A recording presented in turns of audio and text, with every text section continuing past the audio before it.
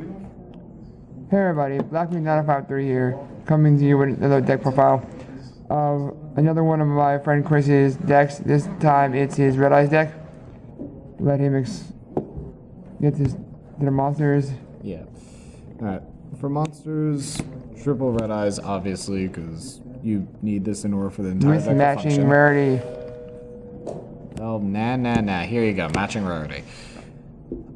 Here's the Red Eyes Black Flare Dragon. You need to run a playset of this and Red Eyes, because you actually go through your Red Eyes mad quick. Next is Triple Arc Brave. I run this for two reasons. One, when it goes to the graveyard, it doesn't matter how. So you can detach it, send it to the graveyard, discard it. During the next standby phase, summon out a level 7 or 8 dragon. So all these are 7s. So you can summon them out for free, and then start off your plays. And when it's summoned, it's a complete shutdown to pendulums, because it'll banish all their pendulum cards. Next, 2 Paladin of Felgrand. I use this so that I can summon out the Archbrave or the other card that I have, Felgrand, attach it to it, and then you can tribute this target 1 level 7 or 8 Dragon-type monster in the grave, so that you can continue on with your plays, and if you detach the Archbrave effect will activate again. Next, card that you need, Blackstone. You need this in order for the deck to function. Don't have this, deck's not functioning. Now for the one-ofs, I run a lot of them. 1 Felgrand, because when summoned from the graveyard, banish 1 monster, so that's on field or in grave. And if you send Archbrave when this is in the graveyard, this actually gets over ABC Dragon, because at their standby phase, you're summoning this and it banishes the dragon. 1 Red Eyes Dark Dispel, because it's a dragon deck, and also this deck actually has multiple ways to summon this out. And it's self-explanatory. Yeah. Meteor you run this for the fusion, and also sometimes you use the Gemini effect, and it makes your other Red Eyes monsters impossible to destroy, so it's very good for protection. 1 Summon Skull, because you run the other fusion in order to deal with back row heavy decks. Black Metal, because it's a searcher. Keeper is the odd card that I run. I run this so that I don't get OTK'd through. And also afterwards you can add one of your Red Eyes back to your hand after it gets destroyed.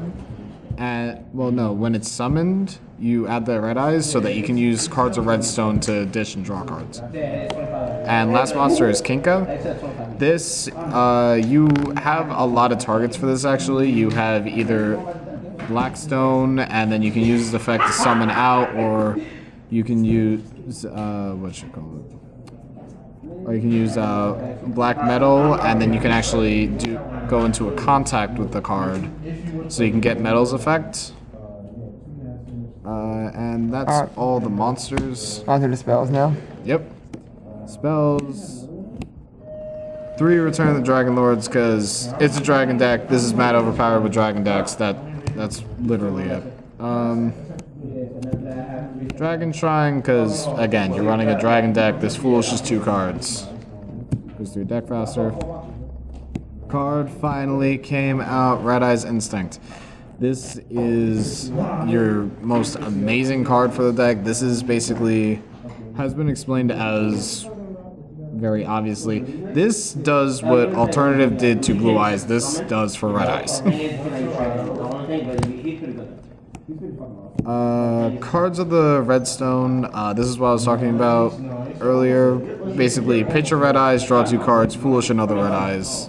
Just keeps going through your deck faster. 2 Dragon's Ravine, because this normally you will be pitching either Blackstone to start off a play, or you're going to be pitching Archbrave in order to continue your play on to next turn.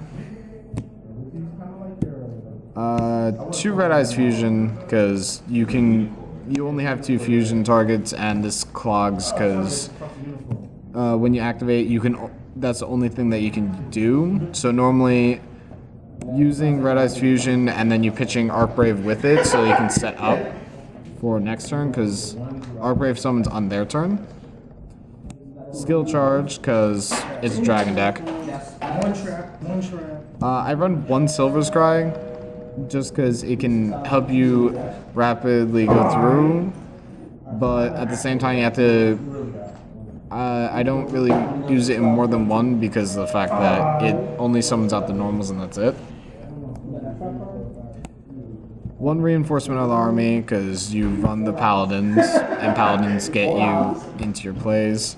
1 for 1 because you run 3 very powerful ones.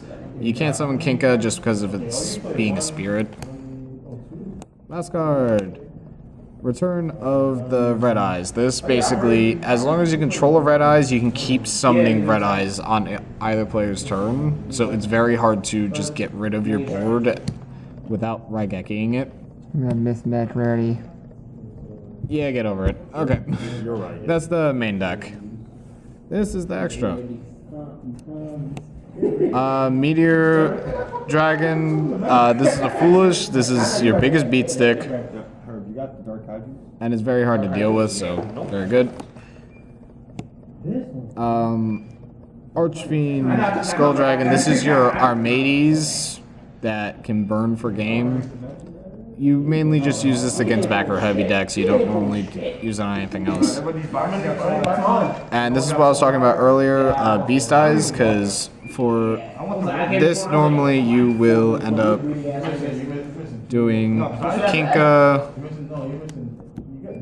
with Blackstone, and then normal Kinka, this summons out this, contact these two, summon out this, and then this activates because it was sent from the field, and you'll be able to add any of your Spell and Trap Red Eyes cards. So normally you actually add Instinct, and then Instinct adds you another card. Onto the XYZs. One number 74, because you can go into it, there's not really any good card. If this was bigger, this would be great against ABCs, but it's ABC Dragon just run it over, so not that great.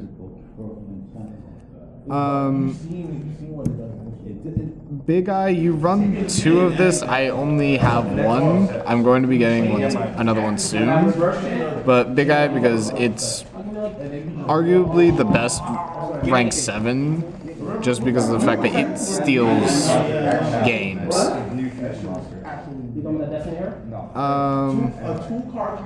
Last card, 2 Dracosac, because of the fact that with ABC out right now, this Dracosac helps deal with a lot of back row, and it's just hard to get rid of it.